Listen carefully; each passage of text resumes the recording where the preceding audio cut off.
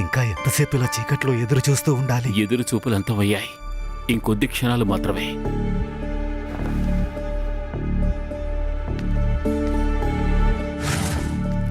పద పద.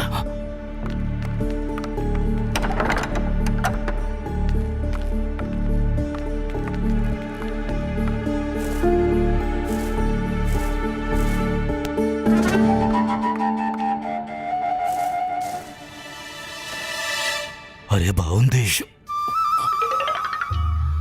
నిరూపించావు నువ్వు సాక్షాత్తు పండిత రామకృష్ణలాగా కనిపించడమే కాదు, అతనిలాంటి గుణాలు కూడా ఉన్నాయి నీలో. నువ్వు చెప్పినట్టుగానే అతను వచ్చాడు. రావడమే కాదు, పడుకోవడానికి ఏర్పాట్లు చేసుకుంటున్నాడు. అది భాస్కర్. నేను ఏ ఆగు ఆగు, పారిపోయే సమయం సమాప్తం అయిపోయింది.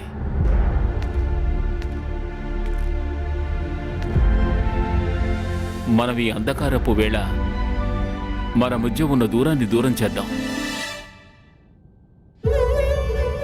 గుండప్ప బాబాయ్,